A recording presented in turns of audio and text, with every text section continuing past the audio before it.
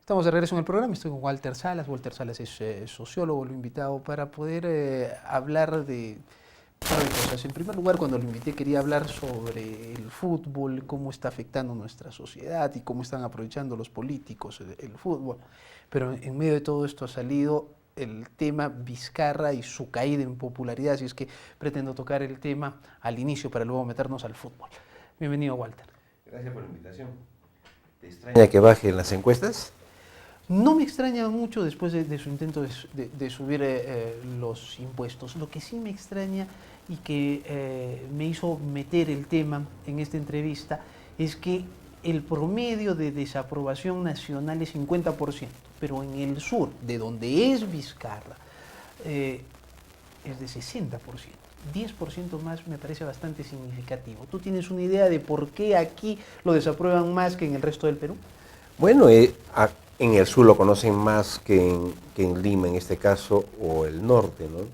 Y cuando en términos de encuestas a alguien lo conocen más, son más sensibles en sus respuestas, afirmativas o negativas. Entonces se nota un poco más la emoción de decir está bien o está mal. Puede ser esa una razón por la cual tenga más elevado acá digamos, lo negativo, ¿no?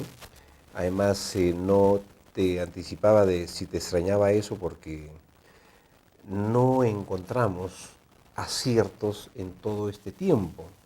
Muy por el contrario, cuestiones como la del impuesto selectivo al consumo, digamos, en momentos tan curiosos como el que tenemos, no tiene rendimientos mediáticos, políticos para eso, ¿no? Por lo tanto, es de entender de que la gente reaccione. Ha habido un intento de paro, ha habido otro paro disociado, quitaron eso, también los agricultores lecheros les han bajado la detracción, entonces hay idas y vueltas y eso no genera una buena lectura en todo caso. El gobierno no parece un gobierno muy articulado, parece bastante más improvisado. Uno de los temas más complicados del gobierno es que ha tenido que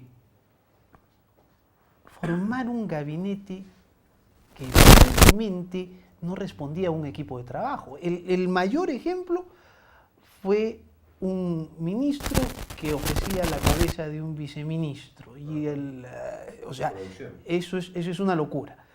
Y después, un ministro de Economía que quiere subir los impuestos, el impuesto selectivo al consumo, y además quería subir el impuesto a la renta a los que menos ganan, o sea, hacer que paguen impuesto a la renta a los que menos ganan, y bueno, ya hemos visto en lo que ha acabado, aparentemente en un desencuentro con el gobierno, desautorización primero del premier, luego desautorización del propio presidente, renuncia del ministro. ¿Tú crees que Vizcarra sabe qué quiere, sabe qué hacer y sabe con quién hacer? El que tendría que saber eso en todo caso es el ministro de Economía y su gabinete de asesores. El que tiene bien claro esto es el presidente del Banco Central de Reserva, que tiene bien claro todo el panorama.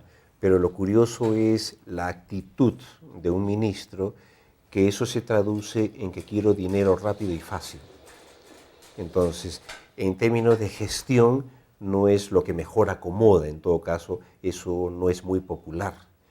Porque lo que sí nosotros tendríamos que tener cuidado es tener ingresos, el erario nacional de manera sostenible y no generar una coyuntura de captación y mejorar el flujo de caja del gobierno, ¿no? Además, hubo allí sí un intento de aprovechamiento indebido del tema selección, ¿no es cierto? Correcto. Al peor estilo anterior. O sea, hay bullita, Guerrero, hay bullita. La gente está pensando en la selección, está pensando en el mundial, subimos los impuestos y aquí no pasa nada, sí pasó. Pero un selectivo al consumo tiene efecto en el bolsillo inmediato.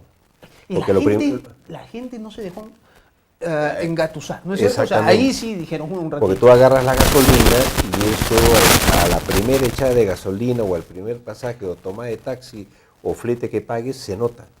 No es un impuesto que vence a fin de mes, que vence en este mes, que vence a fin de año. y a ver cómo junto platita como para poder cumplir ese compromiso. No, creo que eso no me parece lo más correcto y acertado. Creo que un gobierno como el de Vizcarra o cualquier otro debiera apostar a ingresos sostenibles. Hay cuestiones que pueden afectar la propiedad y la producción de este país y no digamos, la especulación de las ventas, ¿no? Al final de cuentas, esta subida lo paga el último, o sea, el suelo. Entonces, ¿cuánto puede afectar la producción? ¿Cuánto se puede mejorar el canon sobre canon, regalías, el impuesto a la renta sobre la propiedad? Están viendo solamente el IGB, el selectivo del consumo, pero el primero, segundo, tercera, cuarta, quinta categoría tiene que ser. Entonces, ¿cómo nos manejamos en términos tributarios? ¿Cómo necesariamente tenemos que arreglar, modificar, cambiar el código tributario? No está muy equitativo. Evidentemente el razonamiento de las personas no tiene que ver mucho con esa cosa elaborada. Ellos simplemente reaccionan como tú dices, ¿no es cierto? O sea, es simplemente a mí me suben la gasolina, me van a subir los alimentos, me suben las cosas, me están metiendo la mano al bolsillo para sacarme plata, no lo voy a aceptar. Pero ojo, Quique, hay un tiempo diferente. Antes nos subían, no criticamos la suba, pero sí decíamos, auméntame el sueldo para compensar esto. Hoy día no te están pidiendo, auméntame el sueldo, sino bájame el impuesto. Mira la diferencia que hay en el tiempo. El asunto es que ha bajado el impuesto, pero para los transportistas. O sea, les he dicho, les vamos a devolver, pero el resto igualito. ¿No es cierto? Entonces, demora, una subida, digamos, rápida, demora en volver nuevamente a su cauce. ¿Tú crees que este gobierno, que ha perdido 20 puntos de aprobación en 2 meses y casi 30 puntos en el sur, pueda realmente tener éxito en los próximos 3 años? Mira, todo puede ser enmendable, arreglable, justificado, todo lo que tú quieras. Pero lo que nosotros requerimos como peruanos, como ciudadanos, tú como comunicador, yo como un académico, es ¿qué va a pasar de aquí hasta el 21? Que plantee una ruta, una palabra que se usaba mucho en el pasado. Yo tengo la impresión entonces de que tú no crees que haya una hoja de ruta en este instante, la está construyendo. No lo creo porque el ministro saliente, quizás pudiéramos aumentar más el tema, fue el creador del presupuesto participativo, el que salió. Y si alguien es capaz de crear eso, no creo que sea capaz de decir, oye, voy a cobrar el impuesto rápido para tener plata rápida. Entonces, hay unas incongruencias, o es mandato, o es una descoordinación, o no hay realmente un gabinete que diga, oiga, ¿para dónde vamos? O como muchos están diciendo, no hay gobierno. Correcto. No hay gobierno. Tenemos que ir a una pausa. Cuando regresemos vamos a entrar al otro tema. ¿Cómo la selección está afectando a nuestra sociedad? Es evidente. O sea, no se puede hablar solamente de un tema de fútbol por ver un espectáculo. Nuestra sociedad está siendo afectada por un fenómeno de fútbol que empezó 15 partidos atrás, cuando el Perú dejó de perder sus contiendas. Tras la pausa, seguimos en modo avión.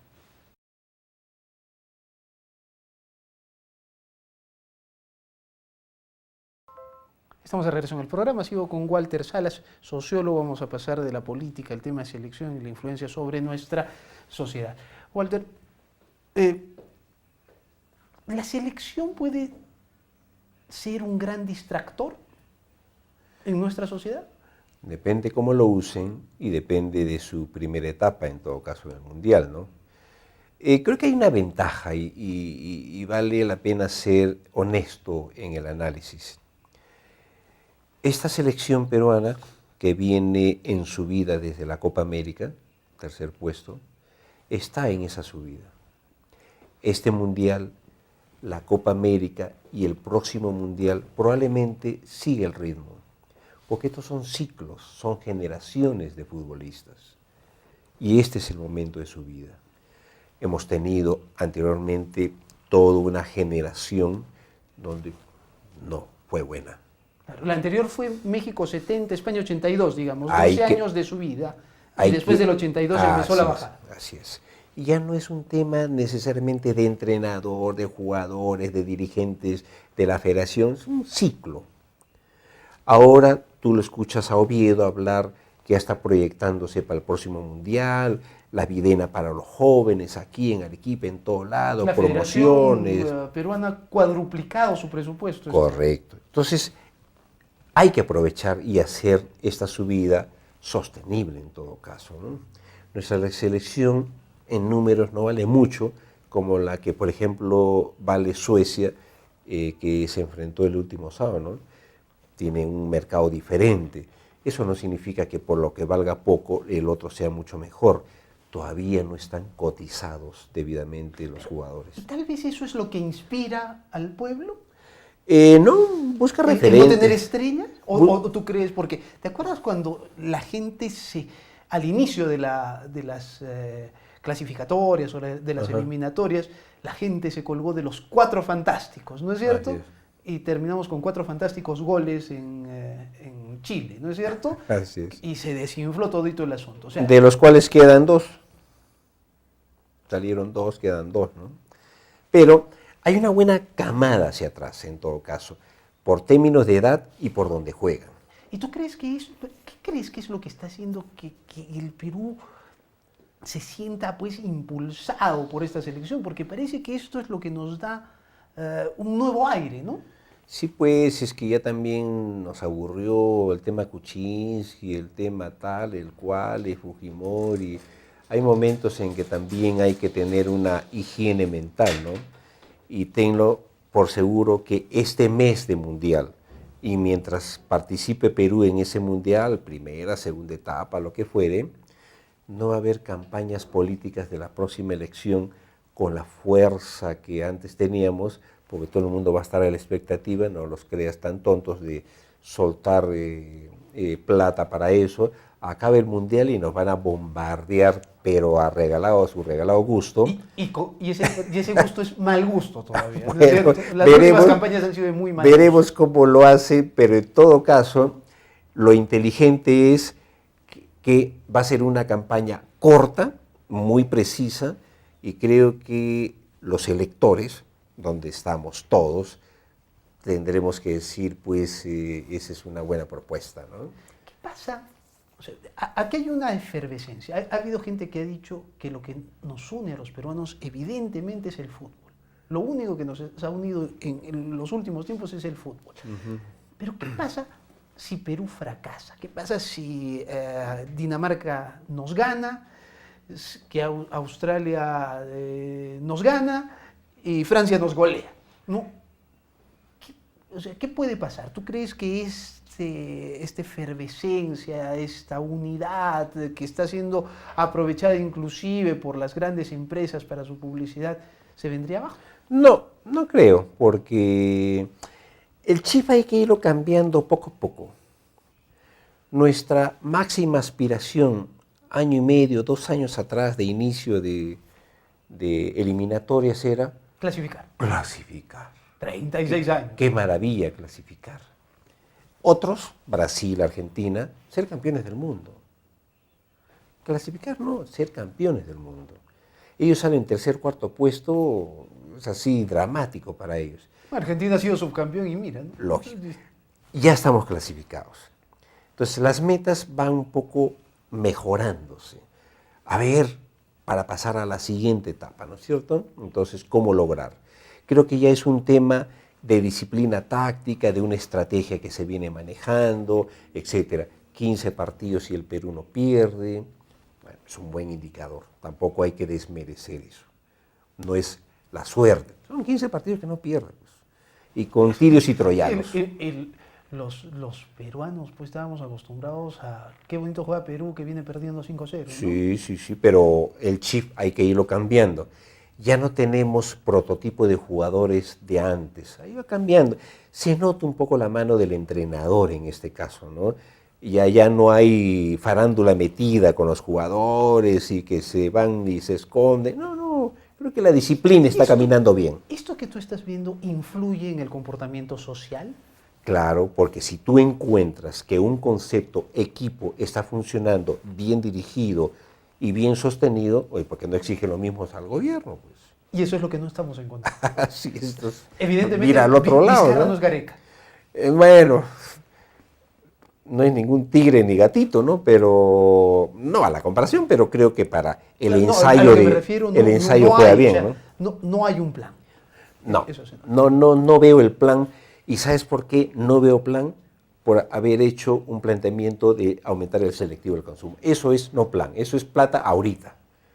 Y para pedir plata ahorita quiere decir que no tengo fondos, no tengo liquidez inmediata. Y lo que yo primero tendría que pensar es cómo me genero sostenibilidad para eso.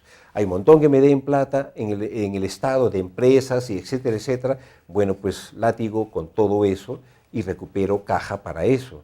Pero no estoy haciendo uso de lo más fácil, ¿no? De lo más sensible, etcétera. Y con argumentos, nada que ver, ¿no? Que tengan que ver con la salud y todo ello, que mejor ni comentarlo. Alguna vez se ha dicho de que el fútbol es la cosa más importante de las cosas menos importantes. Así es. ¿No es cierto? Pero ahora estamos viendo que el fútbol resulta muy importante para los peruanos, para la sociedad, mueve la economía, se venden camisetas, la gente compra televisores. El fútbol puede convertirse en un aliado para la unidad nacional, para conseguir objetivos importantes, para generar cierto bienestar. Sí, indudablemente, todo es aprovechable. Un país como Brasil con problemas de legitimidad, con problemas de corrupción y todo lo que ha venido sucediendo en Brasil con un expresidente preso y que está candidateando, en fin. Bueno, Brasil tiene cosas que mostrar. Tiene más de 1 millón de futbolistas. Un país de más de 200 millones. El fútbol es una dedicación para ellos. Infraestructura, equipamiento, logística, servicios, jugadores y todo eso. Una dedicación. Y por eso son famosos en el mundo. Y son 5 veces campeones en el mundo y no te extrañe que vuelvan a salir campeones. Y con un rey que a nadie lo destrona, ¿no? Y había otros intentos de querer emular todo eso. El Perú nunca ha sido un equipo sobresaliente. Lo más que hemos llegado en la Copa Libertadores ha sido subcampeonatos con Universitario y Cristal. Lo más que se ha llegado en la Sudamericana es con el Cinciano. Y una vez el 75, campeones sudamericanos, en la década del 30 también. Y este es un buen momento para hacer del fútbol algo importante. Entonces, lo tuvimos con el vóley desde Seúl 88, perdón, y todas esas cosas. El vóley también cayó en generación, ya nuestras grandes matadoras se fueron y cómo vuelves a tomar. Pero vóley, fútbol, y qué hay del básquet, y qué hay del esto, una ley del deporte, la generación de nuevas estrellas, quienes ganan siempre medallas son nuestras corredoras. Y no le pongas nada más que simplemente esfuerzo, pundonor y pulmón, ¿no? Entonces, ¿por qué no podemos pensar que el deporte, que no requiere grandes inversiones, puede ser un buen motor o que nacional? Ya tiene grandes Claro. inversiones, porque para los panamericanos se va a generar una infraestructura Sí, sí. multimillonaria, ¿no es cierto? Una Y inversión eso te multimillonaria. da razones para que el Perú pueda decir, yo puedo hacer unas Olimpiadas. No sé si eso es un buen negocio o no. No, Algunos dicen que no. no es negocio. Arequipa ha hecho bolivarianos el año 97 y para ser bolivarianos se ha tenido que hacer mucha infraestructura y le quedó. Y Arequipa puede decir, yo también puedo hacer el campeonato nacional de tal y tal y cual, ¿no? Entonces, el Perú no puede renunciar, no tendría por qué renunciar a tener infraestructura y ser competitivo deportivamente. Alguna vez en mis artículos dije, antes de toda esta subida, una manera para que el Perú pueda llegar al Mundial es organizar un Mundial. Pero ya no lo digo. Gracias, Walter. A ti las gracias. Walter Sala, sociólogo, gracias por habernos acompañado. Nos reencontramos mañana en Modo Avión. Es